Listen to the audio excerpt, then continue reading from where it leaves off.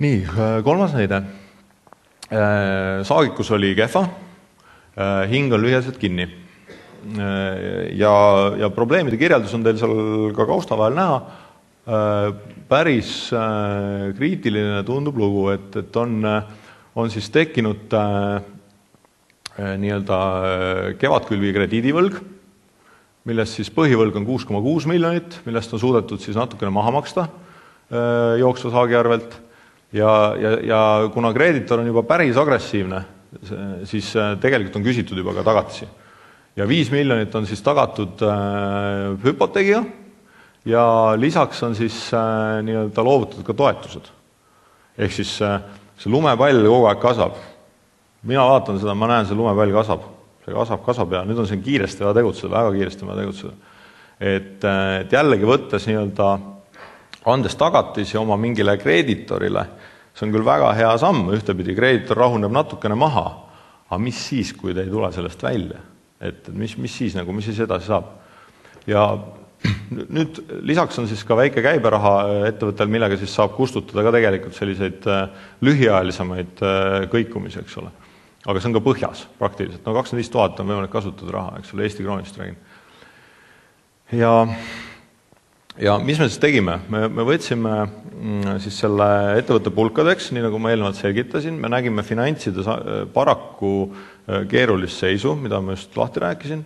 Ja vastuses pakuti meile tegelikult nii-öelda, et me peaksime siis vaatama, või ainuke variant tegelikkuses oligi, et põhivara nii-öelda lahti finantseerimine läbi siis liisingu, ehk siis oleksime teinud sellise liisingu vara tagasiostu ja siis samuti kõikide lepingute ületoomist, mis oleks tähendanud siis selle võla tegelikult ülevõtmist panka ja me oleksime teinud ta siis mitme aasta peale nii-öelda tõmmanud pikaks ja võtnud siis need lisatagatised ka üle, eks.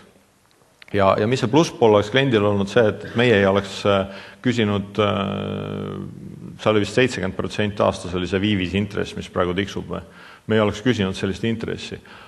Aga mis juhtus? Probleem on milles? Ettevõttes on olnud väga suur amortisatsiooni siis disbalants, ebamõistlikkus. Kõigest 5%. Me võtsime need varad, mis bilansis olid 16 miljonit, mis oleks võimalik lahti finantseerida ja me saime tegelikuks müügihinnaks 3-5 miljonit krooni. Ehk siis tegelikult seda lisaraha sealt ei teki, mitte mingil moel. Ja ma pean veel lihtsalt lisama siia, et ega siin see põhivara, seal osad asjad juba olid liisingus. Kuidas need liisingud niisugused saavad? Sellised 5% aastamordiga on sellised, et kui te lähete traktorit ostma, siis teile pakutakse tõenäoliselt tagasostu garantiid, eks ole. Ja tehakse mingisugune graafik sinna, mille siis pank teeb, toonane pank teeb, arvestades seda tagasostu garantiid. Nüüd, kui minna seda muutma, seda lepingut mingis faasis, kunagi müüdi BMW-sid müüdi ka niimoodi, et 60% oli jääk 3 aasta puhul ja 80% oli jääk 2 aasta puhul.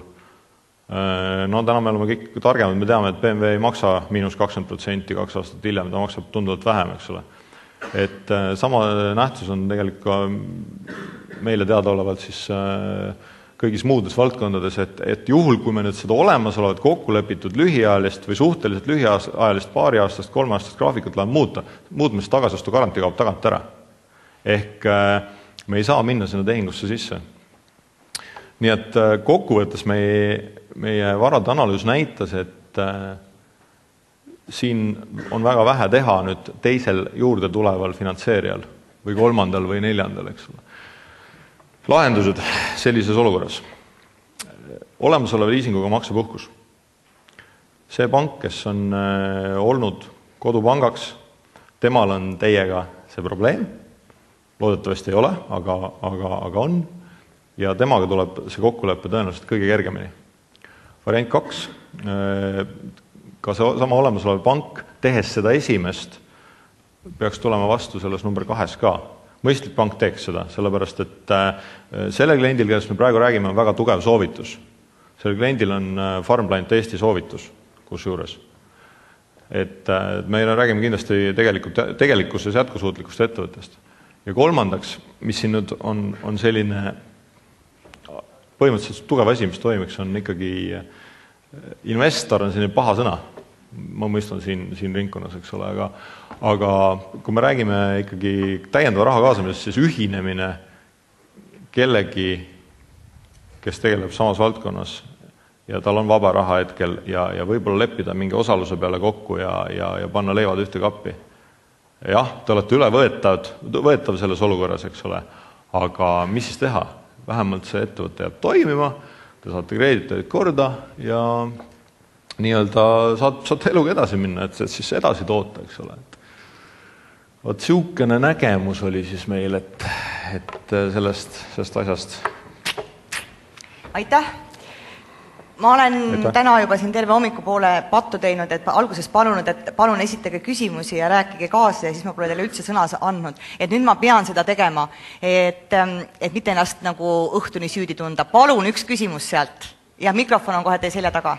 Aitäh!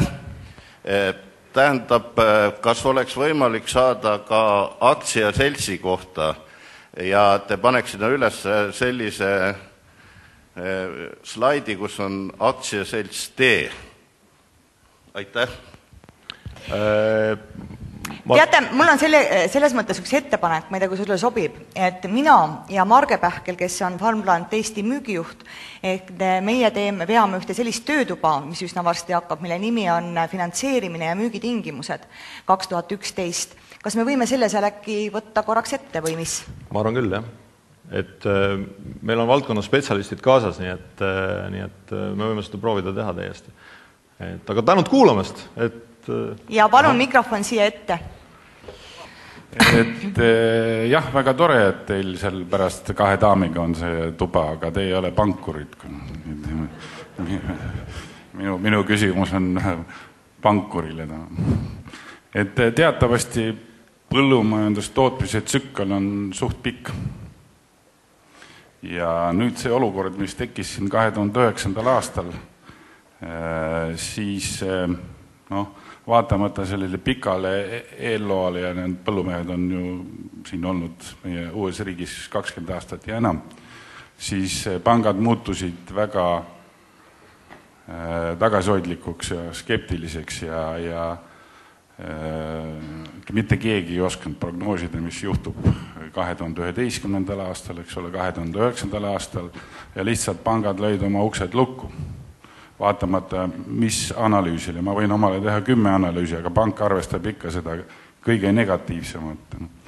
Ja selline tunne tuleb ikkagi peale, et kui päike paistab, siis pangad tulevad, pakuvad selle vihmavarju ja kui hakkab vihma sadama, siis korjavad selle vihmavarju ära. See on väga hea küsimus ja selline mõttelause. Mis tegelikult juhtus oli see, et nagu kui ma seda ettekannet alustasin, siis ma rääkisin finantskriisist. Ja võib-olla paljud pankurid ei taha seda välja öelda, aga ei olnud raha, mida välja laenata. Ei olnud raha, mida välja laenata. Et kas päike paistab või vihma sajab, ei ole raha. Ehk siis tegelikult oli finantskriis tähendas seda, et ei olnud raha. Ja kui seda raha pakuti, siis seda raha pakuti ebamõistlikult kallilt.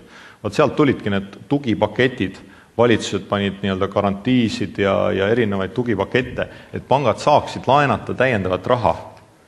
Ja selles oli ka see lugu, et tegelikult ma julgeks täna väita, et Eestis oli ainult kinnisvara ja raha finantskriis. Kui vaadata tänast majandustegevust, kus meil automüük kasvab aasta-aastalt 2 korda, on jaanuarist jaanuarisse kasv, siis mulle tundub, et inimestel on see penni veeretamise emotsioon täielikult tüdinud, kõik on tüdinud sellest, et elu läheb edasi, siseriiklik tarbimine isegi taastub täna päris hea tempoga. Hea küll, eksport toetab, eks ole, et siin BLRT laevatehas teatas, et nad tegid rekordilise ekspordi ja said just oma mingid suured projektid lõpetatud, et sealt tuli see meie erakordne suur eksport eelmise aasta lõpus. Aga kokkuvõttes ikkagi ma tahaks öelda, et Eestil möödus tänu ikkagi valitsuse kokkuhoidu poliitikale meile mõjus, see finantskriis möödus meile väga valutult. et vaadates siin võib-olla mõningaid teisi riike, aga lihtsalt meil ei olnud tol hetkel nagu vahendeid või kui me pakuti vahendeid, siis nad olid kallid lihtsalt. Nii et see ongi võib-olla selline nagu vastus, et täna on nagu maailm ümber pööranud mõnes mõttes. Me juba, ma julgeks väita, viimased 6 kuud teeme täiesti sellist igapäevast müügitööd ja ootame uusi projekte. Aga jah, kahjuks need käivad käsi käes need asjad.